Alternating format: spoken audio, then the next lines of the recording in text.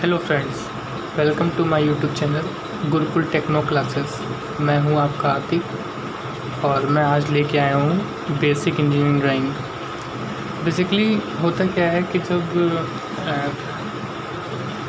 हम सभी लोग एक इंजीनियरिंग बैकग्राउंड से बिलोंग करते हैं, चाहे वो टर्नर हो, चाहे वो फिटर हो, चाहे वो मशीनिस्ट हो। तो चाहे फिटर हो या टर्नर या मशीनिस्ट हो, सभी मैकेनिकल ट्रेड हैं।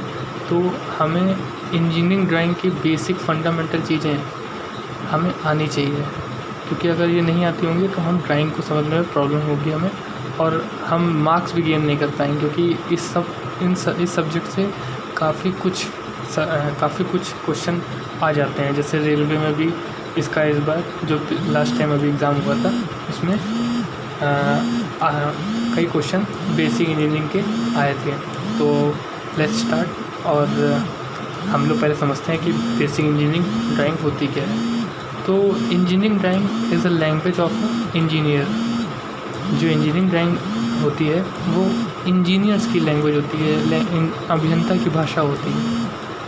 तो बिल्कुल स्ट्रेट फॉरवर्ड डेफिनेशन है, कोई इसमें टेंशन वाली बात नहीं है। Drawing is the language of the engineer, ठीक है। तो अब बात ये कि इंजीनियरिंग ड्राइंग में आखिर होता क्या है, क्या क्या कंपोनेंट होते हैं। तो इंजीनियरिंग ड्राइंग में बेसिकली 3 टाइप के कंपोनेंट होते हैं। पहला होता है स्केचिंग, दूसरा होता है सिंबल, और तीसरा होता है कन्वर्जन। जो हमारा स्केचिंग होता है, जिसे रेखाचित्र कहते हैं, तो इंजीनियरिंग ड्राइंग में इसका भी एक अहम रोल है। सिंबल्स की बात रही तो हम कहीं जहाँ पे हमें सिंबल्स की ज़रूरत पड़ती है ना, तो वहाँ उसको इंडिकेट करने के लिए हम सिंबल्स का यूज़ करते हैं। और जो कन्वर्जन होते हैं, रूढ़ियाँ होती हैं, वो ऐसी जगह यूज़ होती हैं इंजीनियरिंग ड्राइंग में जहाँ पर उसकी फुल ड्राइंग बनाने की ज़रूरत ना हो या फिर नेसेसरी ना हो। उसके लिए हम लोग एक कन्वर्जन रूढ़ी बना देते हैं, जिसकी जगह हम रूढ़ी का यूज़ करेंगे तो हमें जो हमारा जो ऑपरेटर है वो समझ जाएगा कि हमें वहाँ पर किस सेंस में बात हो रही है। जैसे कि स्प्रिंग के लिए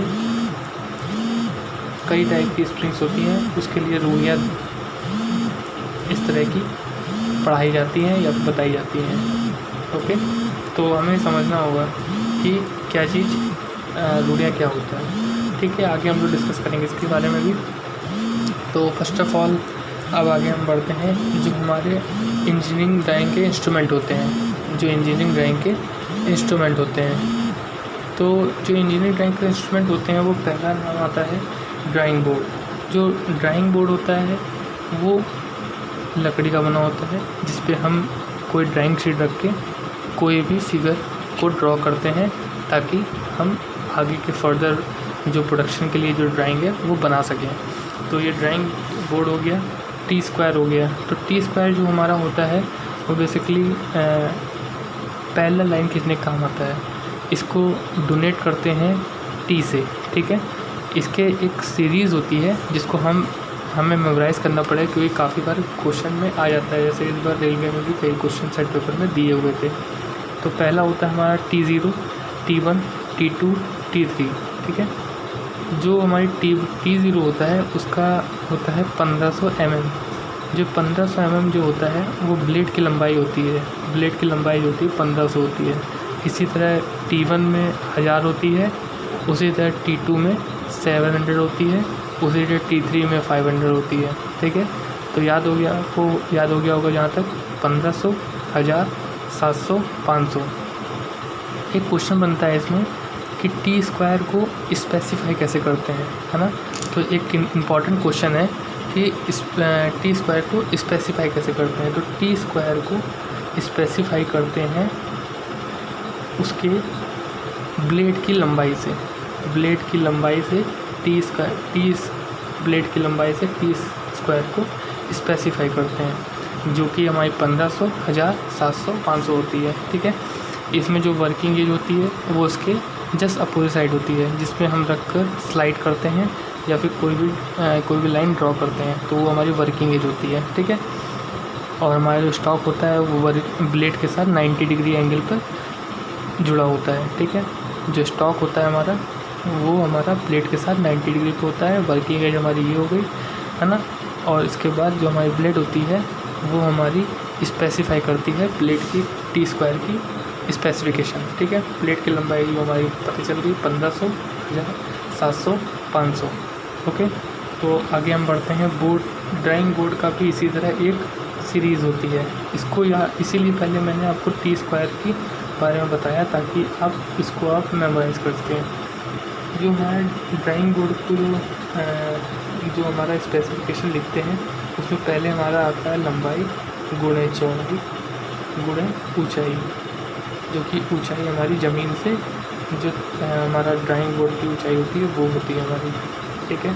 तो पहले हम जो लंबाई होती है वो लिख लेते हैं टी स्क्वायर वाली, जो कि हमारी 1500 होती है, 1000 होती है, 700 होती है और 500 होती है, जो कि D0, D1, D2 और D3 के लिए होती है।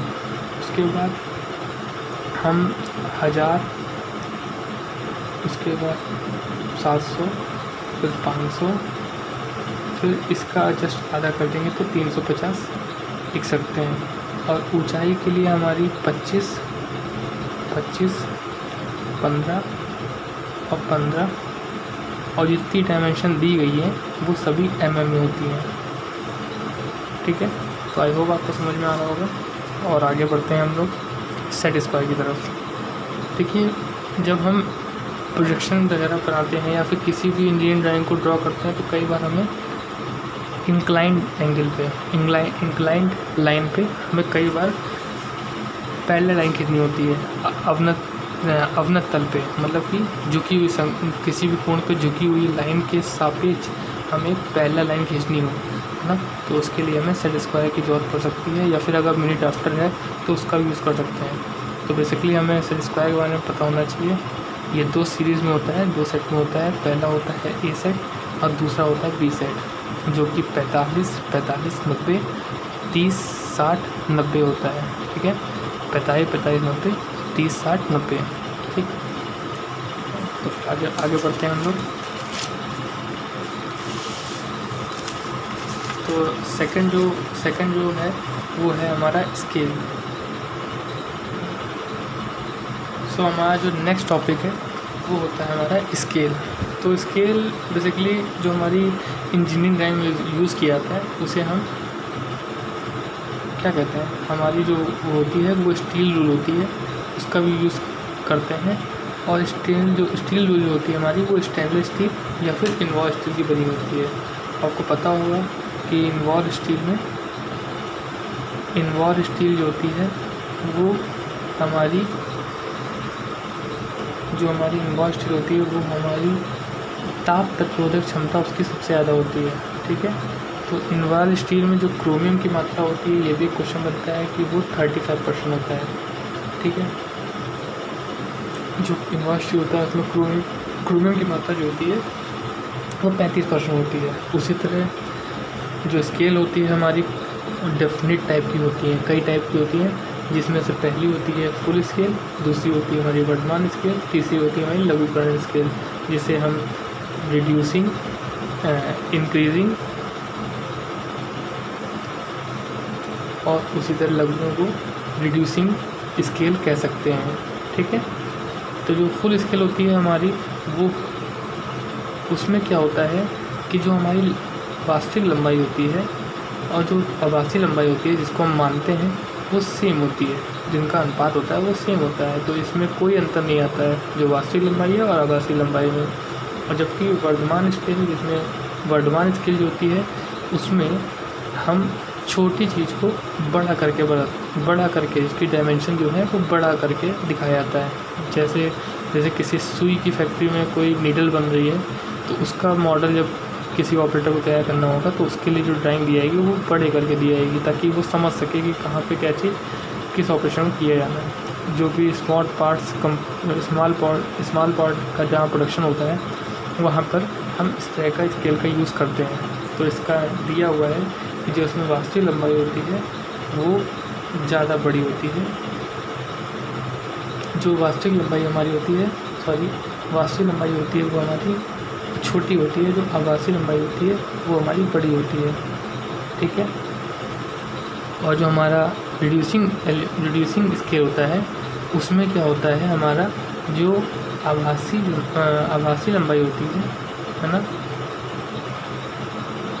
वो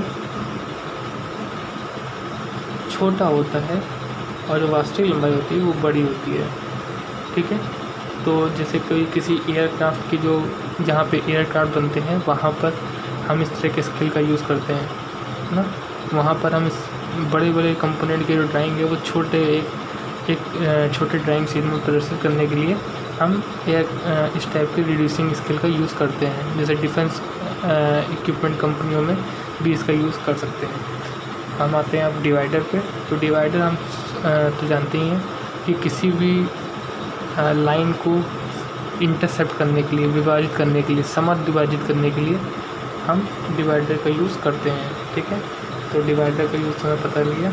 उसी तरह हम मिनी ड्राफ्टर पे आते हैं। मिनी ड्राफ्टर एक मल्टीपल इंजीनियरिंग ड्राइंग इक्विपमेंट है जिसमें हम कई सारे ऑपरेशन, कई सारी क्रियाएं हम एक साथ कर सकते हैं। जैसे किसी भी एंगल पे हम पैरेलल लाइन खींच सकते हैं, 90 डिग्री पे लाइन खींच सकते हैं। उसी तरह प्रोडक्शन लाइन भी खींची जा सकती है।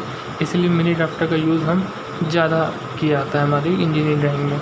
ठीक है, जिसमें एक प्रोडक्टर होता है और एक एल शेप हमारा एक फ्रेम होता है जिसके माध्यम से हम कई सारी लाइन को ड्रॉ कर सकते हैं किसी भी एंगल पे, जो भी हमारी डेफिनेट एंगल मांगे हों। अब हमारा सातवां आता है क्रोनोग्राफी। देखिए, मैं क्रोनोग्राफी का एक ये आपको बता देता हूँ। ये सबसे इम्पोर्टेंट क्वेश्चन है, कई बार पूछा चुका है क्वेश्चन पेपर में। ठीक है, तो आपको याद रखना होगा कि जो हमारा क्रोनोग्राफी होता है वो हमारा होता कैसा है। वो ऐसा होता है जो मैंने यहाँ पर ड्राइंग ड्रॉ कर रखी है। इसका यूज़ हम हमेशा किसी भी इंक्लाइंड एंगल के सापेक्ष पैरेलल लाइन खींचने में करते हैं। मतलब किसी भी लाइन, कोई भी इंक्लाइंड लाइन है उसके सापेक्ष में हम पैरेलल लाइन खींच सकते हैं। किसी भी एंगल पे हो सकता है 30 डिग्री पे हो, चाहे हो सकता है 60 डिग्री पे भी हो। तो हम पैरेलल लाइन खींचने के लिए इंक्लाइंड एंगल पे, किसी भी आनत लाइन पे, मतलब जो लाइन किसी भी डिग्री पर, किसी भी एंगल पर ड्रॉ की गई हो उसके सापेक्ष हम एक पैरेलल लाइन ड्रॉ कर सकते हैं। ये क्वेश्चन आया हुआ है इसरो में, तो मैं आपको ये बता देता हूँ। नाम लिखी मतलब कि क्रोनोग्राफी का प्रयोग किया जाता है। Measuring and setting the angle, ink work on drawing horizontal line, drawing parallel line at inclination. मतलब कि जो फोर्थ ऑप्शन है उसका मतलब होता है कि आनत तल के सापेक्ष पैरेलल लाइन, मतलब कि समांतर रेखा का ड्रॉ करना। तो इसका ऑप्शन सही होता है D, drawing parallel line at inclination. Okay, तो आई होप आपको समझ में आ रहा होगा। इसके बाद हम आते हैं ड्राइंग पेंसिल पे। ये मोस्ट इम्पॉर्टेंट है। अगर आपको पता होगा, आपने अगर किसी ने रेलवे का एग्ज़ाम दिया होगा तो पता होगा ये पेपर में क्वेश्चन इससे आया था। ठीक है, तो पेंसिल जो होती है, ड्राइंग पेंसिल 3 में डिवाइड होती है। पहली होती है हार्ड ग्रेड, दूसरी होती है हमारी मीडियम ग्रेड और तीसरी हमारी होती है सॉफ्ट ग्रेड। ठीक है, तो जो हार्ड ग्रेड, सॉफ्ट ग्रेड और मीडियम ग्रेड होती है उसमें फ़र्क ये होता है, जो हार्ड ग्रेड की पेंसिल होती है उसका जो हमारी लाइन होती है वो हल्की लाइन खींचती है, और मीडियम में उससे थोड़ी सी ज़्यादा गाढ़ी खींचती है, और जो सॉफ्ट हमारी होती है वो गहरी और काली लाइन के लिए यूज़ करते हैं। ठीक है, जहाँ पर ज़्यादा गहरी और काली लाइन के लिए यूज़ करते हैं हम सॉफ्ट ग्रेड का। तो इसको याद करने के लिए आपको लिखना इस टाइप का होगा टेबल में।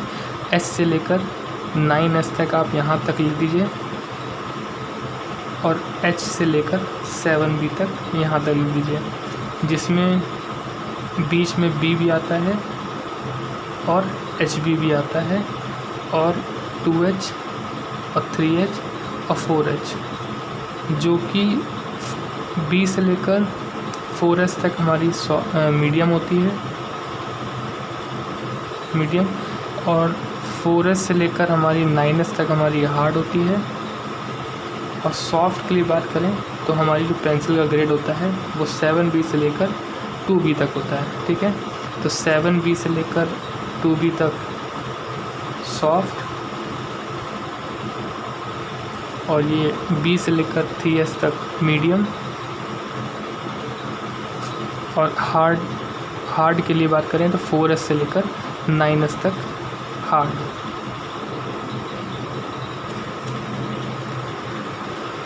सो कुछ इम्पॉर्टेंट लाइंस के बारे में पूछता है कि कौन सी लाइन किसके द्वारा, किस पेंसिल के द्वारा हमारी ड्रॉ की जाती है। तो ये मैंने कुछ चुनिंदा लिखी हुई है, क्योंकि मैं जानता हूँ सब कुछ मेमोराइज़ करना इतना आसान नहीं होता है। तो 3 पेंसिल के बारे में जो सबसे ज़्यादा पूछी जाती हैं वो इस तरह है। 2H के लिए जो होती है वो ऑब्जेक्ट लाइन, सेंटर लाइन और ब्रेक लाइन। फिर बोलूँगा मैं, 2H जो पेंसिल होती है जो कि हार्ड ग्रेड की होती है, ठीक है, वो ऑब्जेक्ट लाइन, सेंटर लाइन और ब्रेक लाइन।